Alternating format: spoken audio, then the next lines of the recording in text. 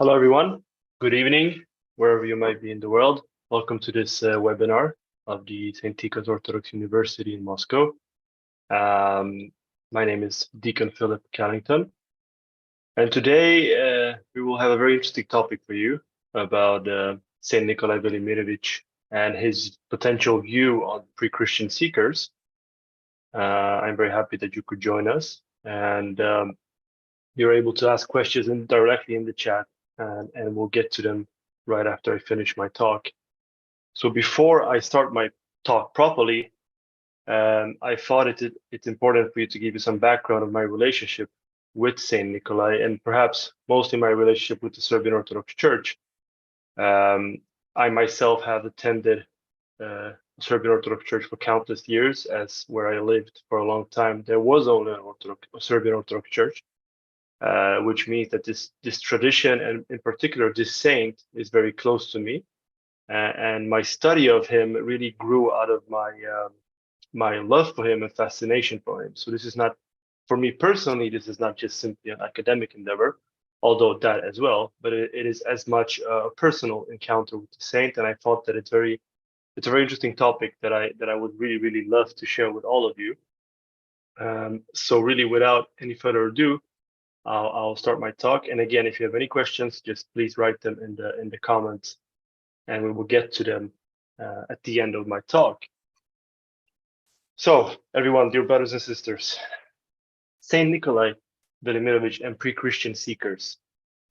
This title, this topic might seem perhaps very odd, out of place, or even shocking to some of you. How can this great Serbian Orthodox bishop and thinker of the 20th century be in any way connected to pre-Christian, perhaps even pagan seekers and philosophers? For anyone, however, who studied St. Nikolaj with an open mind, without trying to somehow use him for their ideological purposes, what they will find is, in fact, a man with an open mind towards all, and a heart and soul completely dedicated to Christ and his church, the Orthodox Church. In many ways, St. Nikolaj's life as a whole must be seen as a constant journey. At times, St. Nikolaj himself has been accused of changing his mind on a particular question.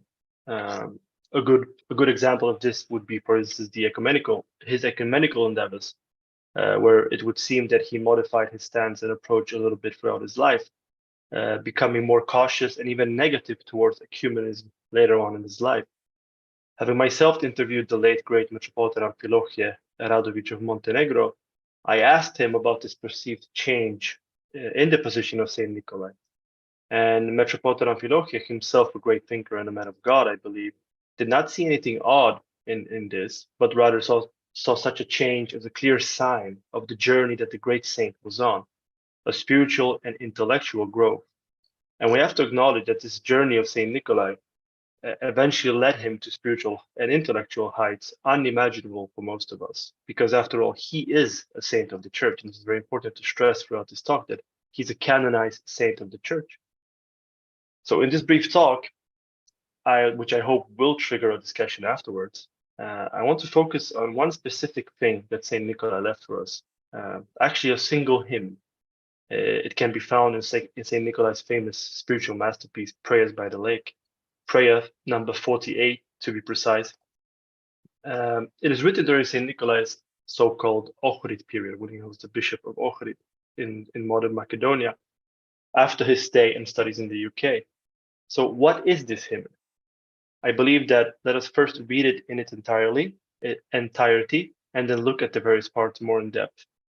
Forgive me for just reading the hymn right as we start now, but I do believe it is important we do that before we jump in and analyze it. So for the next minute or so, I'll just read the hymn for you, and please follow along, because I think it's important that we actually know the context of the hymn. So here is the hymn, quote, "All the prophets have from the beginning cried out to my soul, imploring her to make herself a virgin and prepare herself to receive the divine Son into her immaculate womb, imploring her to become a ladder, down which God will descend into the world, and up which man will ascend to God, imploring her to drain the Red Sea of sensuary passions within herself, so that man the slave can cross over the promised land, the land of freedom.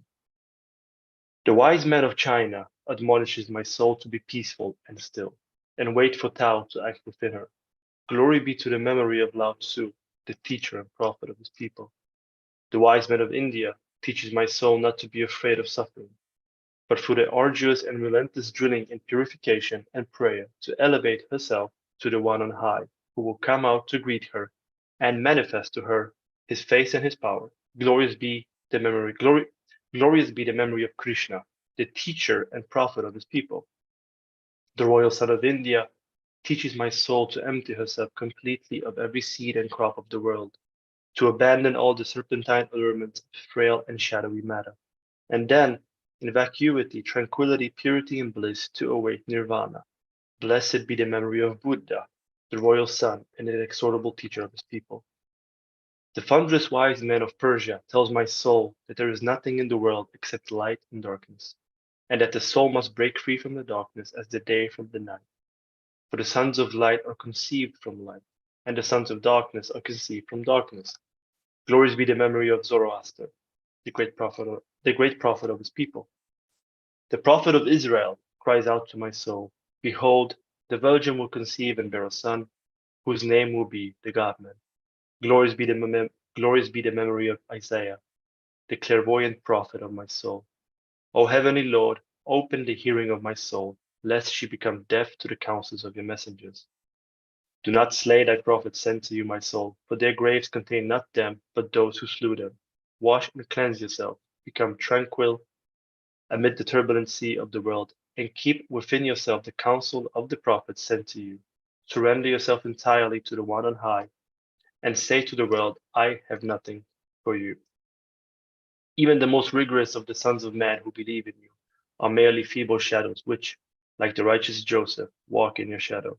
For mortality begets mortality and not life. Truly I say to you, earthly husbands are mistaken when they say that they give life. They do not give it, but ruin it. They push life into the Red Sea and drown it, and beforehand they wrap it in darkness and make it a diabolic illusion. There is no life, O soul, unless it comes from the Holy Spirit, nor is there any reality in the world unless it comes down from the heaven. Do not slay the prophet sent to you, my soul, for killing is only an illusion of shadows. Do not kill, for you can slay no one but yourself. Be a virgin, my soul, for virginity of the soul is the only semi-reality in a world of shadows. A semi-reality until God is born within her. Then the soul becomes a full reality. Be wise, my virgin, and cordially receive the precious gifts of the wise man from the east, intended for your son. Do not glance back towards the west, where the sun sets, and do not crave gifts that are pigmental and false. End quote. Now, forgive me for the long quote, but I really do believe that it is important that I read the whole hymn for you so that you can get the proper context. And as we see, it is not a short text, but very important that I did include it. So let us then start to examine this hymn very briefly. The first line of the hymn tells us this: all the prophets have from the beginning cried out to my soul, imploring her to make herself a virgin and prepare herself to receive the divine Son into her immaculate womb. It would seem like a hymn of praise, to a prophet of the Old Testament, ones that Christians are very familiar with. However, as we continue, we found this quote: the wise man of China admonishes my soul to be peaceful and still, and wait for Tao to act within her. Glory be to the memory of Lao Tzu, the teacher and prophet of his people. End quote. And it is then that we actually realize that this is something else, something unique. Saint Nikolaj calls the Chinese pre-Christian philosopher Lao Tzu a teacher and a prophet of his people. If we continue reading the hymn, we encounter likewise a verse to Krishna, who, just like Lao Tzu, is called a prophet to his people. Quote, glories be the memory of Krishna, teacher and prophet of his people. End quote. Just as Lao Tzu, we find Krishna being referred to as a prophet. We then keep reading and find a part dedicated to Buddha himself, perhaps the most famous figure out of all these figures. And again, the quote here is, the royal son of India teaches my soul to empty herself completely of every seed and crop of the world. Blessed be the memory of Buddha, the royal son and inexorable teacher of his people. End quote. So what becomes very clear, and something that is impossible to ignore, I believe, is that these lines are not only praising some aspects of these pre-Christian seekers, there are also hymns of praise to these seekers. Almost one might say as, troparions or condaciums to a particular saint would be.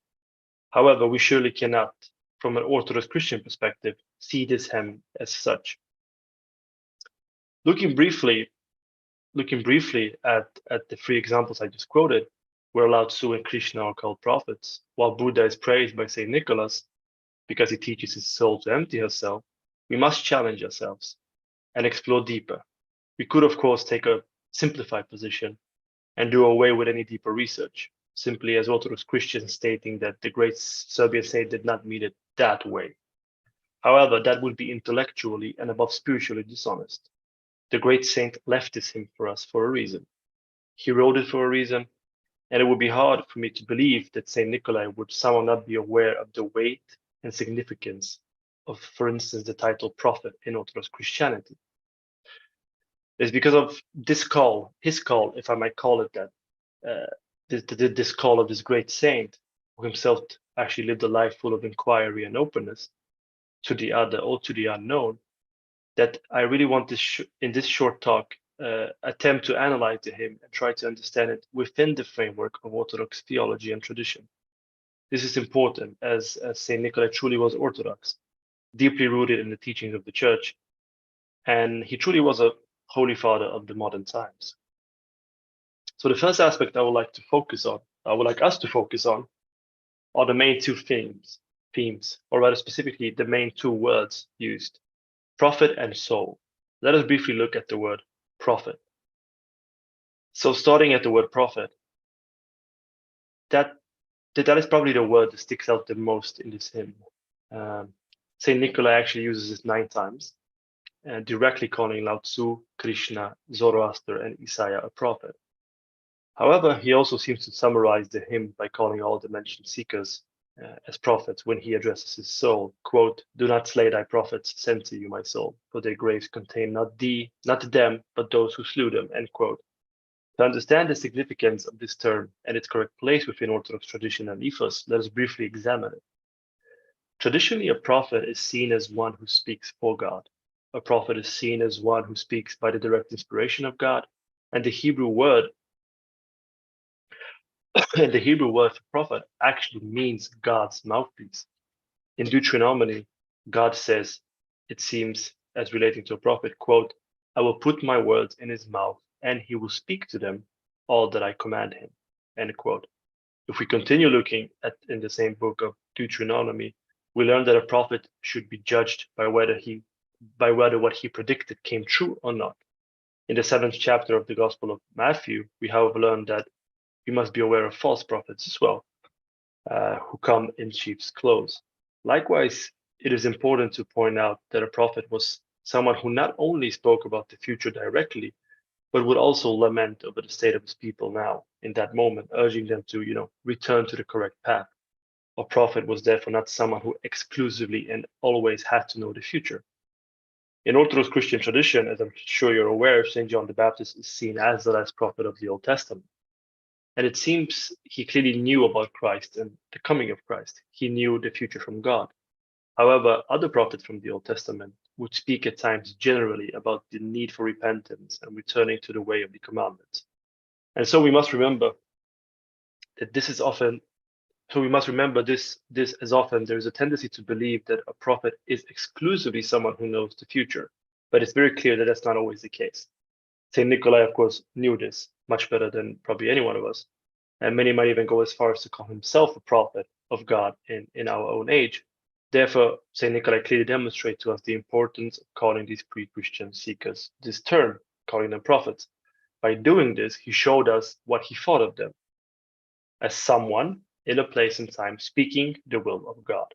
Perhaps a God they did not fully yet know, but clearly speaking the will of God. Now, another term used a lot in the hymn is the term soul.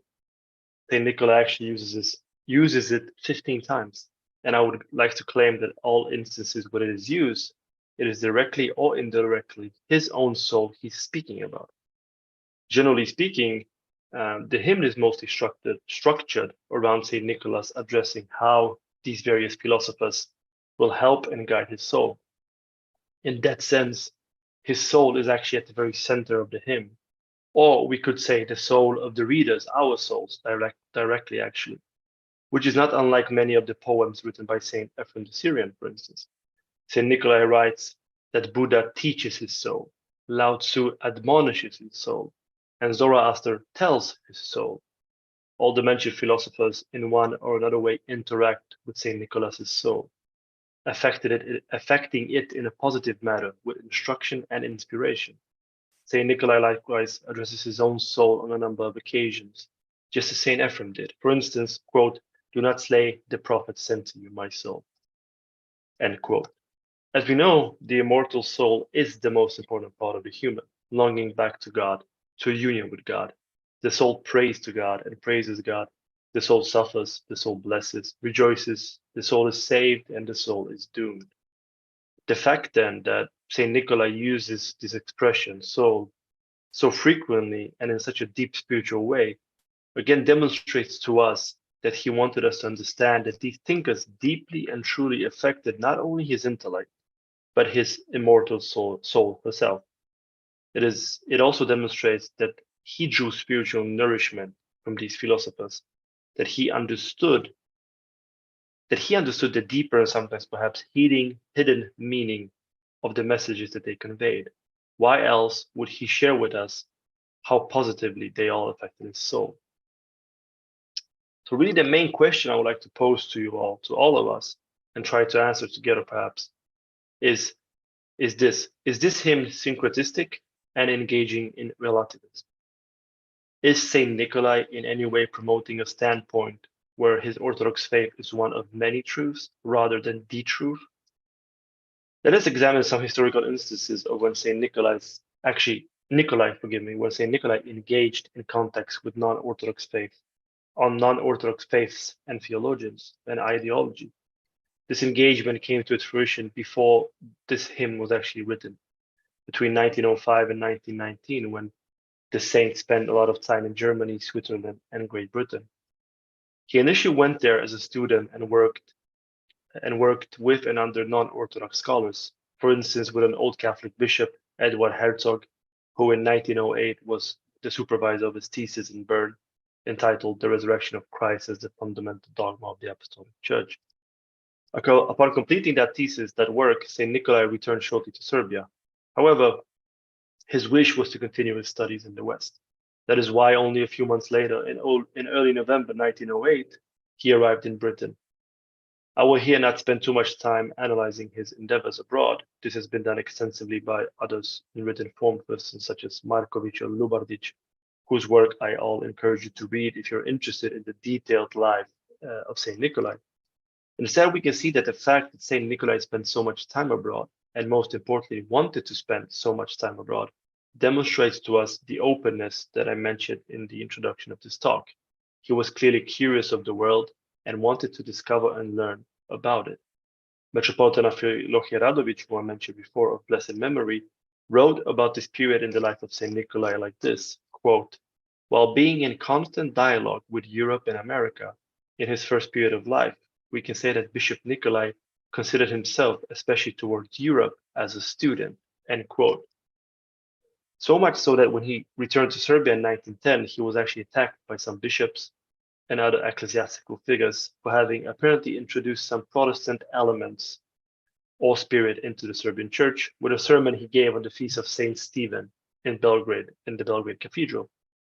As a result of his sermon and most likely other undocumented events, he was actually sent to Russia, of all places, to St. Petersburg for correction, to become more Orthodox. That's a quote, actually, to become more Orthodox.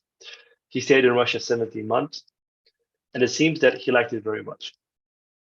These turns of events demonstrate to us that St. Nikolai was certainly affected by his years of studies in the West, so much so that elements of the Serbian church were very negative towards him. It seems it was the way in which he thought and spoke that caused him some issues at home. It seems, simply put, that some were finding it hard to understand him. it would appear that Saint Nikolai was not always understood by his contemporaries.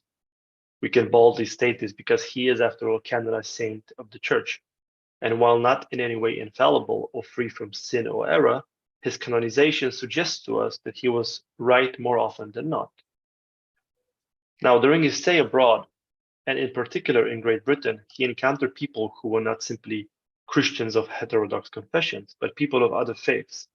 We must remember that the British Empire of the time encompassed places like, for instance, India. St. Nikolai was surely exposed to people and ideas from places like India and generally the Orient. One example of such a relationship is the famous Bengali poet Tagore, whom Markovich calls a close friend of St. Nikolai. So close, in fact, that Tagore visited St. Nikolai in Ohrid in 1926. It was during this visit that St. Nikolai said to Tagore regarding India, quote, "a Christian country without Christ," end quote. This, quote, admiration for the religious traditions of India and the Far East for Hinduism, as well as Buddhism, end quote, earned St. Nikolai many enemies, in and outside the church, some going as far as calling him a heretic. The picture this presents to us is one of an Orthodox academic, priest, and native bishop who, having traveled extensively and having met different people, seem to respect them and the various cultures they brought with them, whether they be Anglicans in England, Catholics in Germany, Bengali poets visiting Ohrid, or anyone else. A picture emerges of St. Nikolai that is a picture of openness. Is it, however, syncretistic? Did St. Nikolai believe that only the Orthodox Church has the fullness of the truth? Or did he believe in the idea that the truth was spread around various places? In Agony of the Church, a work that he wrote himself, in his younger years, he wrote, quote, "The Church of England cannot be saved without the Church of the East, nor the Church of Rome without Protestantism, nor can England be saved without Serbia, nor Europe without China, nor America without Africa, nor this generation without the generations past and those to come. We are all one life, one organism," end quote. Julia Vidovic, a scholar in the topic, sees this as St. Nikolai seeking a unity of love rather than a unity of dogma. It should be, according to her, attributed to the context of the time, a time of war. She writes, quote, "It seems that at first St. Nikolai emphasizes only love and has little to say regarding the theology of the Orthodox Church. However, as the late Bishop Atanasi Yevtich pointed out, this does not mean that he denies the authenticity or uniqueness of the Eastern Orthodox Church, nor does he consider her lacking or defective in any way. Rather, in the context of the wartime drama encompassing his and other European nations, he sincerely wishes for the unification of all European Christians, all European Christian communities, for their benefit and for the benefit of the Christians in the world." End quote. Such positive sounding statements did not, however, prevent St. Nikolai from more affirmatively stating what he believed. Again, in the same work, From Agony of the Church, he wrote, quote, "We must return to the only source of Christian strength and majesty, the Spirit of Christ. This rebirth and revival of Christianity are possible only in a united Church of Christ. This unity is possible only if built on the foundation of the original Church." End quote. It is clear that for him, the original Church was the Orthodox Church. He made it also clear that the Orthodox Church is the only church that is not governed by the spirit of this century, and it is the only true biblical church. In the study of St. Nikolai, we are so often met with a statement, but we can equally quickly find one that balances out the former. In many ways, it is in this that his genius was manifested the most. His openness, being a student, as Metropolitan Amfilohie Radovic said, on a journey throughout life, a journey that made him confirm and reconfirm his orthodoxy time and time again through his interaction and experiences with others. I believe, therefore, it is truly fitting to answer the question whether St. Nikolai engaged in relativism and syncretism with a resounding no.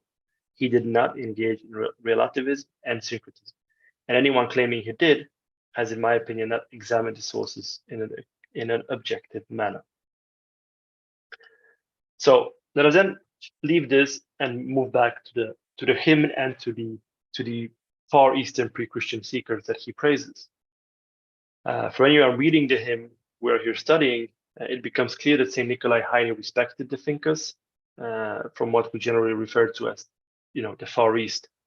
I would even claim he did not simply respect them, but he also knew their teachings. This is clear when we read his hymn and see specific mentions of some of their teachings helping him.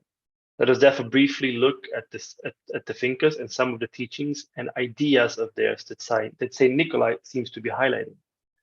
So the first one is Lao Tzu, and he is the first seeker mentioned in the hymn by name, and he's called the wise man of China, Lao Tzu, the founder of what today is generally called as Taoism, who is believed to have died in the 5th century before Christ.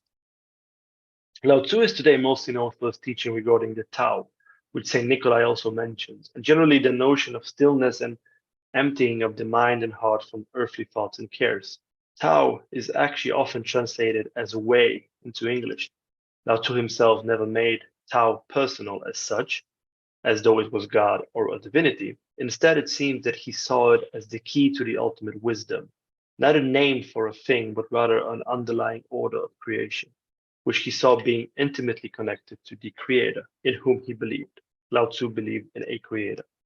According to hero monk Damascene, spiritual child of Father Seraphim Rose, Taoism, quote, represents the epitome of what a human being can know through intuition, through the apprehension of the universal principle and pattern manifested in the created order, end quote. And to hero monk Damascene, and like I said, his mentor, Father Seraphim Rose, the Tao that is mentioned by Lao Tzu is the eternal Logos, that it's Christ. It would seem that Saint Nikolai is thinking in a similar way.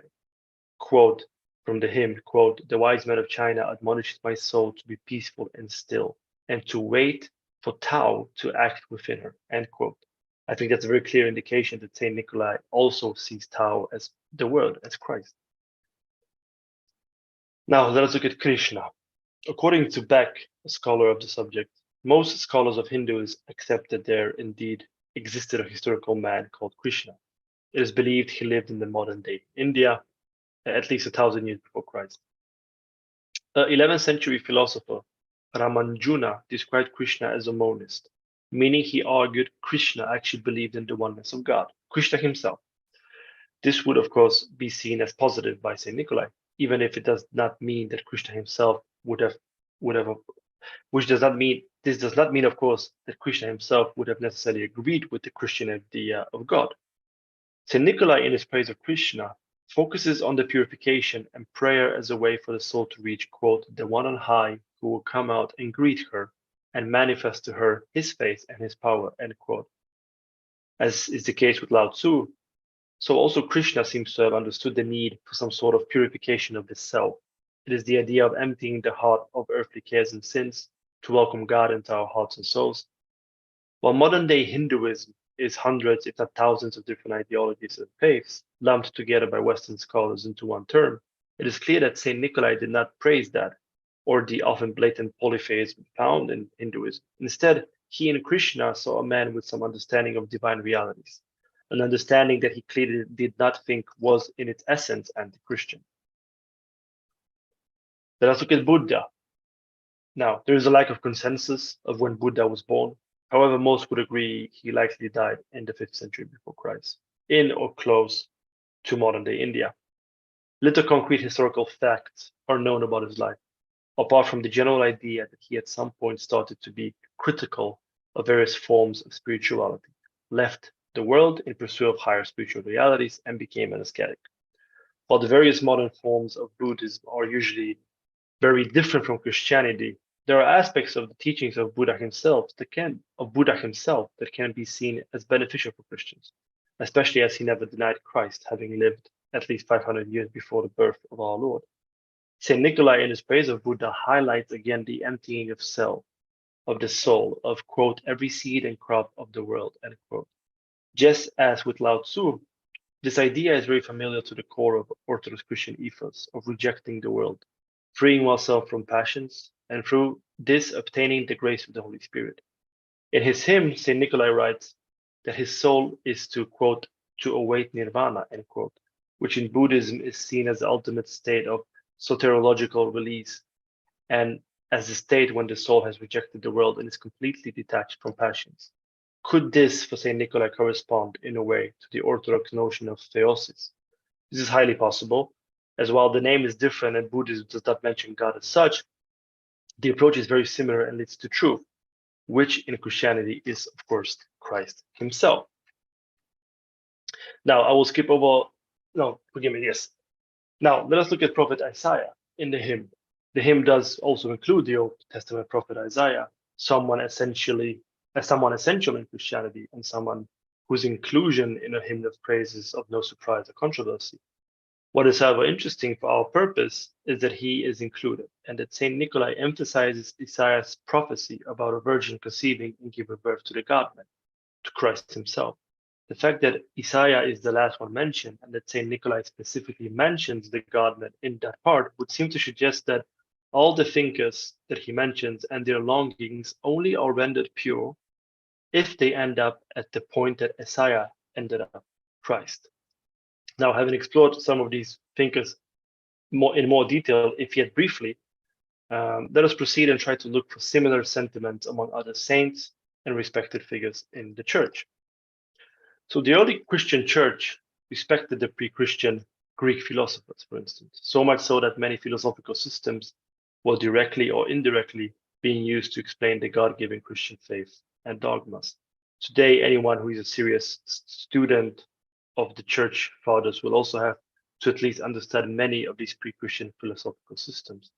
It is fair to say that these systems provide building blocks upon which a systematic exposition of the Christian faith could be built. While many specific terms were, of course, redefined, it is a fact that many early church fathers were trained in classical philosophy and used it for their cause. Saint Justin the Martyr even called the pre-Christian Greek philosophers friends of Christ. Not because they perhaps knew Christ directly or personally, but because they strove for the truth, which is pleasing to God. It has therefore become almost the norm that many of the Greek philosophers, pre-Christian Greek philosophers, are viewed upon with respect, even if most of them would today have been seen as formal heretics due to some of their teachings. This is perhaps most evident today by the fact that there are Orthodox churches that have frescoes of people like Aristotle, Plato, Socrates, and other pre-Christian philosophers. For instance, at the great Meteron monastery in Greece and the Patopedi monastery on Mount Athos. These frescoes do not have halos around the heads of the philosophers, clearly showing that they are not saints. However, their inclusion next to the saints of the church does demonstrate to us their importance.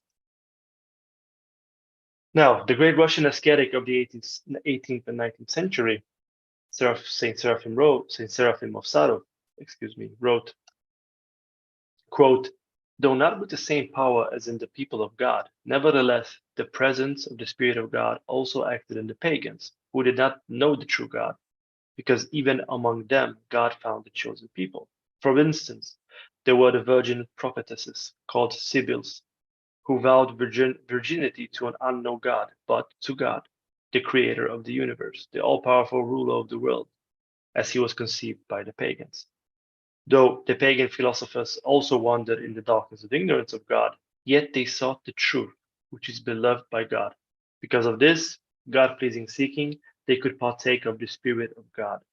It is said that nations who do not know God practice by nature the demands of the law and do what is pleasing to God." End quote. We witness in this statement by Saint Seraphim of Sarov something we dare to call the traditional Christian Orthodox view on the formerly unchristian, pre-Christian, yet to large extent God-pleasing strives for the truth, which of course is Christ himself. The Orthodox Church demonstrates this view perhaps the most when it is showing respect, at times almost venerating, the previously mentioned Greek philosophers preceding the incarnation of Christ. Many of the ancient Greek philosophers seem to, in one or another way, point towards Christ. It is perhaps also one of the reasons why the Greek people rather early and very devoutly accepted Christianity. It is as they had been prepared beforehand, because while not being Jewish and of the Old Covenant, but instead mostly pagan Gentiles, they clearly expected Christ on some level and were also ready for Christ, at least unknowingly with their intuitions and hearts. Therefore, the Orthodox view is that some wise philosophers and seekers of the pre-Christian times could, as Saint Seraphim of Sarov said, quote, partake of the Spirit of God, end quote. Saint Seraphim in his statement does not specifically speak of the ancient Greek philosophers as such, but rather about Sibyllis, women oracles and prophetess. While they lived in ancient Greece, it seems they cannot be seen as on par with Greek philosophers. Instead, they were pagan priestesses who remained virgins for God, quote, an unknown God, end quote, as Saint Seraphim points out. It seems that Saint Seraphim of Sarov saw them in a similar light as Saint Nicholas and the seekers he praises in his hymn. Not Christian, not denying Christ, but while walking in darkness, doing their best to please the to them unknown God, the creator of the universe. It seems that Saint Seraphim of Sarov and Saint Nikolai share their view on pre-Christian seekers. Now let us briefly look at Saint Nicholas of Japan. The great Russian missionary to Japan, Saint Nicholas, equal to the apostles, engaged with Buddhism throughout his whole life. He spent countless years learning the Japanese language, culture, and religion, as well as regularly listening to Buddhist preachers preach their faith. He did this to understand the people he was preaching to. He clearly believed that the missionary efforts must start by an understanding of the local ethos. He published an extensive study of Buddhism in the Russian language in 1869, called Japan from the Point of View of a Christian Mission. The first description of Japanese Buddhism accessible in Russian. His deep study of Buddhism allowed him to write that Buddhism is, quote, the best of the pagan religions, or Herculean pillar of human effort compiled for itself a religion, guided by those obscure remains of God-revealed truth that had been preserved by the races after the Babylonian dispersion, end quote. St. Nicholas of Japan saw good elements in Buddhism and underlined, for instance, that it had spread in its early stages because it opposed the purely evil Brahmin caste system and oppression of the lower classes. In India, St. Nicholas of Japan believed Buddha preached, quote, against the vanity of this world, end quote. St. Nicholas saw noble and positive elements in Buddhism. He recognized that many of these elements were based on pure longings and ideas, in a sense based on eternal natural truths, we can say. As we recall, St. Nikolai praised Buddha for teaching his soul to be free from every worldly seed and crop, to abandon all the serpent allurements and frailty of shadowy matter, which, as we know, is to be accomplished by stillness and meditation. We see here how the two saints, St. Nicholas of Japan and St. Nikolaj Velimirovic, both recognize that Buddha and his followers aim at reaching this state of stillness because a human is free from passions in this state. Neither one of them claims following Buddha himself is salvific, but both recognize that most likely Buddha himself had a pure longing for the unknown God and did what he could to please this God, renounce the world and preach poverty and asceticism as purification. St. Nicholas of Japan also saw the Japanese people, quote, have Buddhism with its teaching of equality and brotherhood for all people to thank for their rejection of slavery and absence of it in their country, end quote. Another God-pleasing, moral, and ethical stand I think we could agree upon. Now, let me just briefly get to my conclusion, and then we can perhaps take some questions if there are any questions and engage in a discussion. So I have together with you in this brief study of the hymn of praise for pre-Christian seekers by St. Nikolai, explored and examined a few different aspects involved. The first conclusion I want to suggest is that St. Nikolai, in his hymn, does not praise any modern-day religious or philosophical movements. Instead, he is very clear that he is praising specific historical people who sought after truth before the coming of Christ. I would like to argue that most Orthodox Christians today, as well as at the time of St. Nikolai, would react shockingly to the words in this hymn. This is because most of them would most likely connect the praise of a certain historical person with a modern day movement that they believe is based on that person. It is, however, very important to underline that no heterodox ideologies or movements as such are praised by the saint in this hymn. He praises only aspects that are, according to him, fully compatible with Orthodox Christianity. The second conclusion I would like to highlight is that concerning the use of the word prophet in connection to these seekers. This seems to be the most controversial part of this hymn, and the one that, if not understood correctly, could scandalize some Orthodox Christians. To understand the usage of the word by Saint Nikolai, I believe we must first understand who he was, as that will give us the correct context. As we previously explored in our analysis, he was not a relativist, and there was only one true and way for him, Christ himself. Instead, it seems that Saint Nikolai used the word prophet, as he did with these philosophers, who all lived long before the incarnation of Christ, and in them he saw a pure longing for the truth. This longing did in many cases provide for them, these seekers, glimpses of God and his wisdom. Saint Ephrem the Syrian taught that revelation is revealed in two ways, through Holy Scripture and through creation, through nature. It is clear that many of these seekers, through natural law and creation around them, were able to, in some limited way, yet pure way, acquire seeds of divinely inspired truth. As Saint Seraphim of Sarov wrote, though not with the same powers in the people of God, nevertheless, the Spirit of God also acted in the pagans who did not know the true God, because even among them, God found the chosen people. End quote. Saint Nikolai himself would write in a letter actually regarding Mahatma Gandhi, another famous person. Saint Nikolai would write about Mahatma Gandhi to a British noble that God does in fact even act among the unbaptized if he himself wishes so, which I think is very, very, very interesting that he would mention Mahatma Gandhi. It is for this reason that Saint Nikolai called these seekers prophets, as they taught before Christ, right? They taught, they lived and they taught before Christ, and in many ways they prepared their people for the coming of the Lord. As time has shown, most of their followers today have formed groups which are obviously radically opposite Christianity. Yet in the original teachings of these seekers, we can clearly see deeds of divinely inspired and eternal truth. And Gandhi, while unbaptized and heterodox, was still used by God, according to Saint Nikolai. That doesn't mean he claimed that Gandhi was orthodox, but he claimed that God could use people like Gandhi if he so willed. It is from these two above mentioned conclusions that I just mentioned that the third and final one grows out. This hymn is not ecumenical or part of any interreligious dialogue.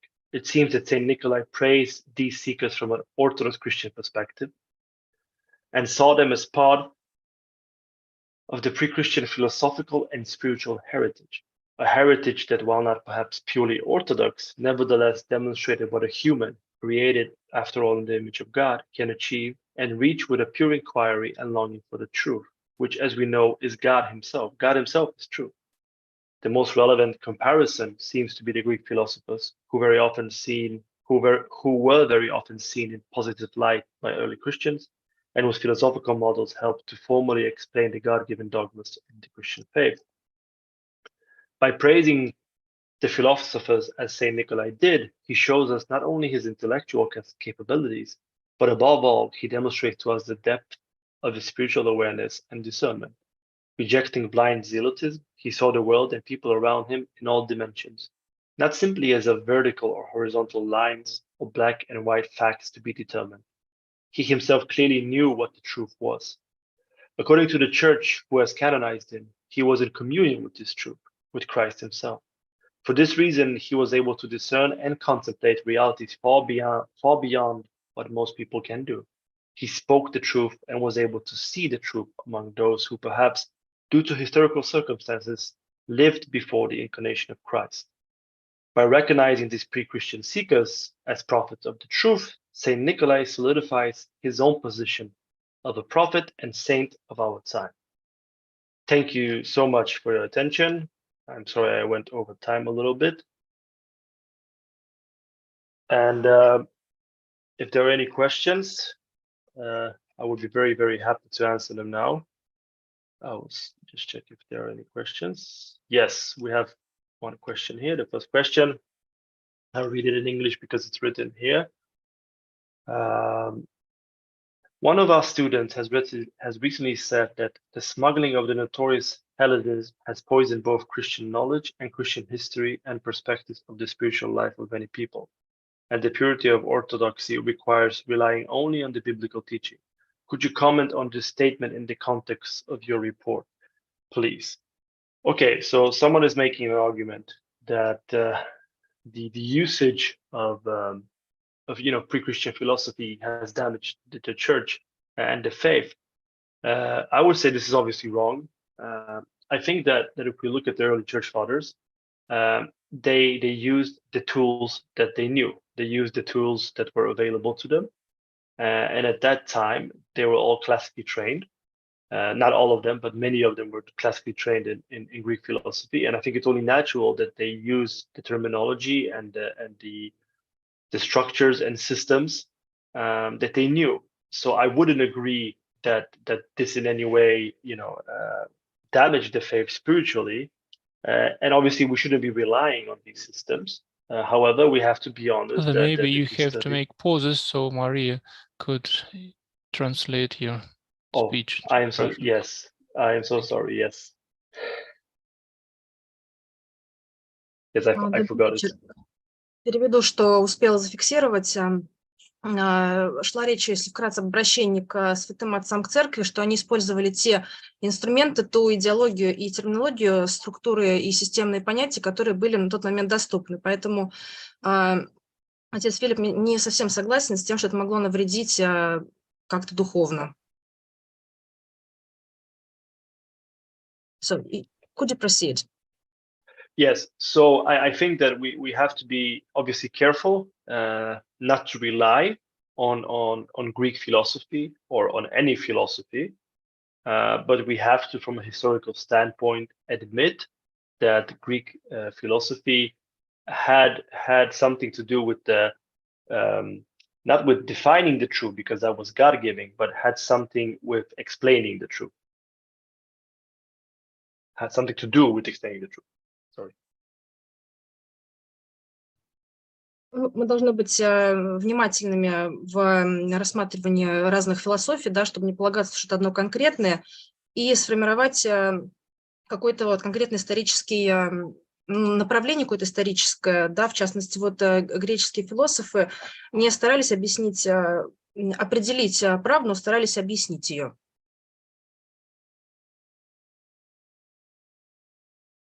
And we have one question here in YouTube. That syncretism is a major problem among our people. How do we affirm the praise of the individuals while warning our Orthodox people against the movement?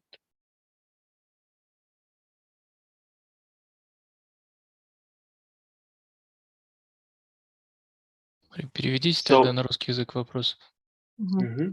Я в чате. Вопрос из YouTube, как я поняла, по поводу синкретизма и проблем с этим связан. Yes, I think syncretism is a big problem today for many people, especially probably in the Western world, multicultural world. And I think the church and its teachers obviously have to always teach respect for everyone, understanding for everyone, but always be very firm in what actually is the truth and what the church actually believes is the truth.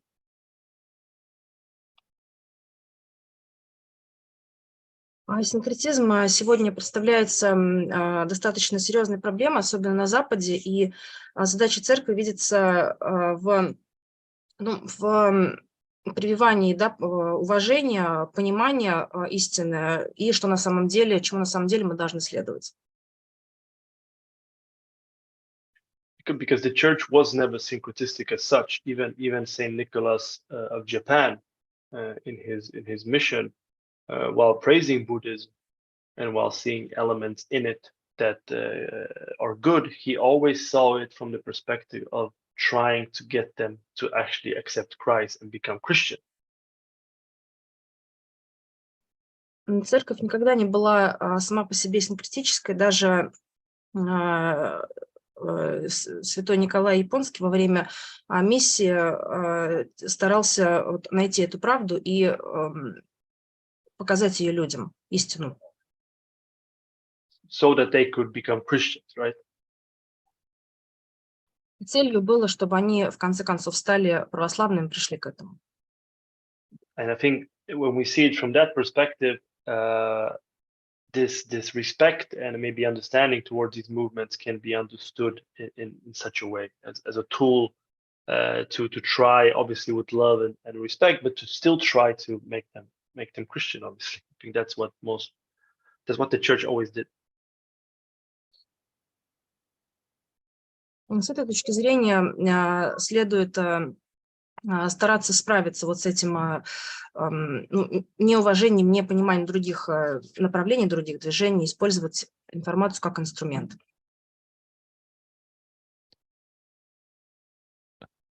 Можно я задам вопрос прямо здесь устно, не успеваю написать.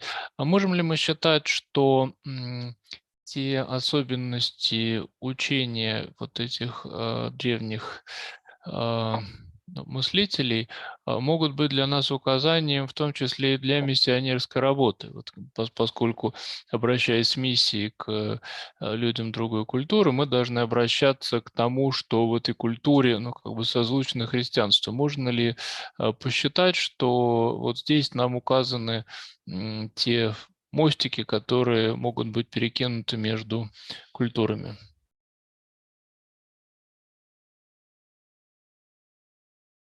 So the question is when we to try some peculiarities of different studies into account, some thoughts of pre-Christian thinkers, can we see any hints to our missionary work? So can we use it in our missionary work, finding something similar in their cultures that we can use in it? Yes. I truly believe the answer is yes. And again, to mention Saint Nicholas of Japan as the clearest example, when he spoke about the stillness and meditation of Buddhism, he also quickly said that as long as they would add Christ in that meditation, everything would be good. So he would truly say yes, that we have to use what they already know and are used to somehow make them accept the truth and help them accept the truth, without maybe criticizing their past too much.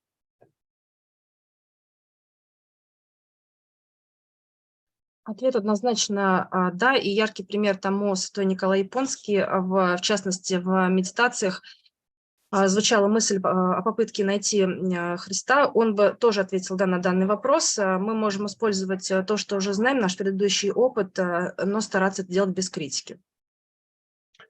And also even less important things in cultures. For instance, in Japan, in the church, Japanese people take off their shoes in an Orthodox church because that's what they did in the temple before. And Saint Nicholas didn't see any problem with allowing them to keep this cultural aspect in a Christian church, because he saw nothing theologically wrong with them taking off their shoes, because in their mind they were in a holy place, so they take off their shoes. It's a small detail, obviously. Яркий пример это снимать обувь перед входом в храм, то есть так было раньше, и этому стоит следовать и далее. Сам Николай Японский считал это важным культурным аспектом и не видел ничего предосудительного в снятии обуви при входе в храм.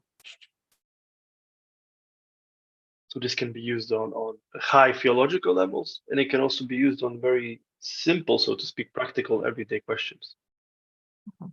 Это можно использовать как в вопросах высшего теологического уровня, так и в каких-то бытовых вещах.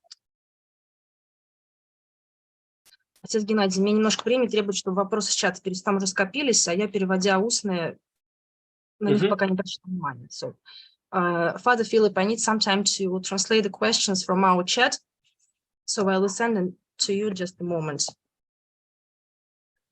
Or you can just say them if you want in English, if it's easier for you. Okay. So,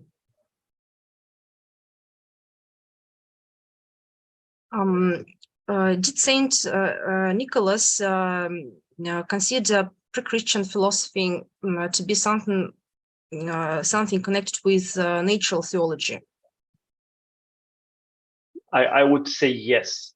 even though he didn't write that specifically, I do believe that just as Saint Ephrem of Syria mentioned that in nature we can find truth. I believe that Saint Nikolai would himself say that these people found as much as they could by themselves, and a lot of that is obviously in nature and in the created world, which show us the glory of God. So I would say yes.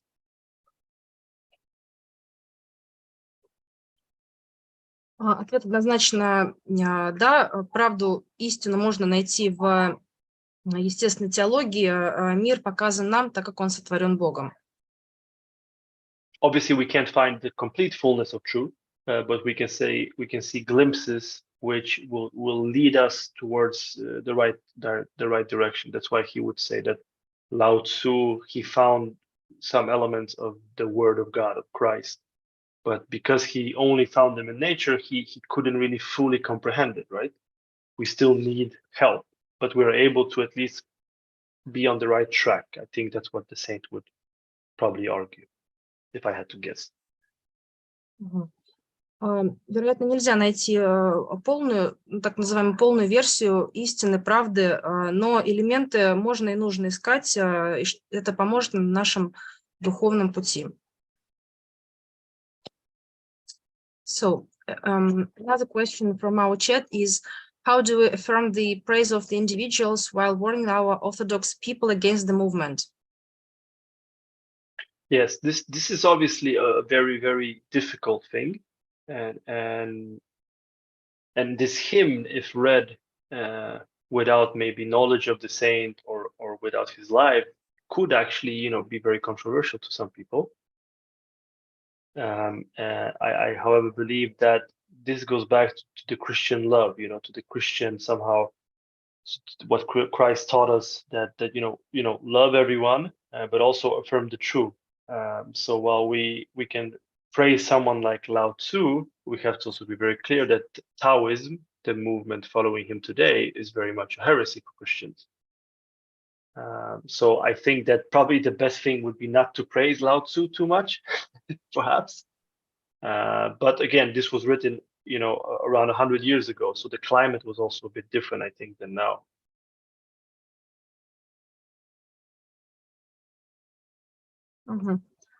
Так, если в двух словах суммировать, то без истинного знания достаточно противоречивое мнение можно сформировать. Безусловно, начало идет из христианских законов.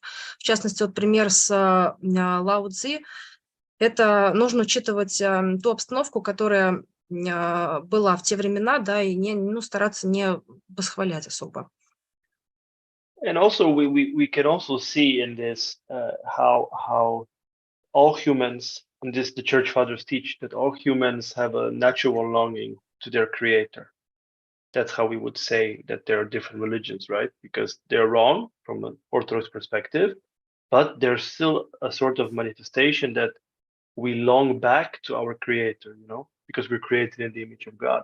So we could also use it to remind ourselves that look, these people are longing for the truth. They're lost, but they're trying. And perhaps that could help us to become stronger in our own faith. But we have to see it like that, that yes, they're wrong, but we maybe can not praise their effort, but at least respect their effort, of these people, of these individuals. Мы должны помнить, что все люди, естественно, в своем стремлении к Творцу, все люди тяготеют к Творцу, и нужно постоянно напоминать себе о поиске вот этой истинной правды, стараться, если уж не восхвалять кого-то другого, да, инакомыслящего, то, по крайней мере, проявлять уважение.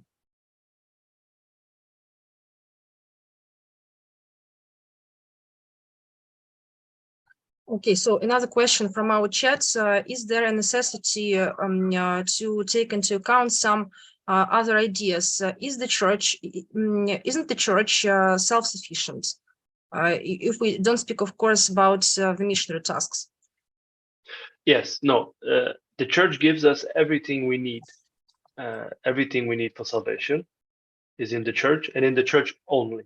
It's the fullness of truth. And I do not think that Saint Nikolai, forgive me, I do not think that he was implying that we have to look for truth outside the church. I just think that he, as a person, expressed his own study of the subject and demonstrated what he believed were some positive things. And above all of this was before the incarnation of Christ. I think that's a very clear sign what he believes and what we should believe. That since the new covenant, since Christ, there is only the church. And all these people that he mentioned are obviously from before, hundreds of years before Christ. Церковь дает все необходимое для спасения, всю полноту правды, которая необходима людям на этом духовном пути. Святой Николай не имел в виду, что необходимо искать эту правду где-то вне, а необходимо, как уже было ранее сказано, использовать знания с умением как инструмент.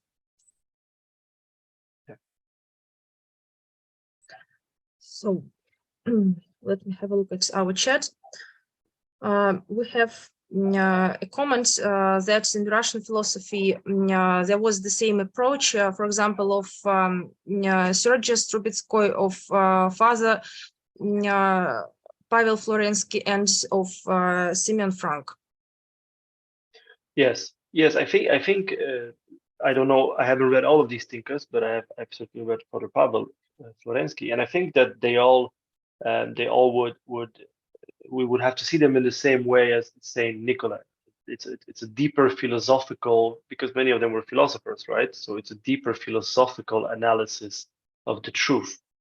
And perhaps we have to also be honest and say that this is maybe not something to be read and cherished maybe by everyone, but perhaps maybe those who are more interested in philosophical aspects of the faith. I think. Безусловно, отец Филипп согласен с этими мыслителями, да, труды предстоит еще частично изучить, но тем не менее их глубокие философские мысли, посвященные анализу правды, конечно же, совпадают с вышеупомянутыми мыслями Святого Николая. И эти труды должны быть тщательно изучены всеми, кто интересуется данным вопросом. And just before we finish, just to deepen the answer, one of the things was Father Seraphim Rose, who I failed to mention because I felt I was running out of time. He wrote and spoke very much that in his view, God was preparing various people to accept Christ in various ways. And this is another way it can be seen, that Lao Tzu was trying to prepare without knowing, obviously, but pave the way for Christ somehow. This might be a bit controversial, and we have to maybe be careful how much we push on that. But there is also this idea that God could have acted through these people, sort of to give them some sort of preparation in accepting Him. But yeah, that's just a thought. Перед окончанием дискуссии хотелось бы еще раз озвучить мысль, которая прозвучала в докладе, что люди готовятся Богом к принятию истины, да, к обладанию этой истины, и Бог, безусловно, действует через людей.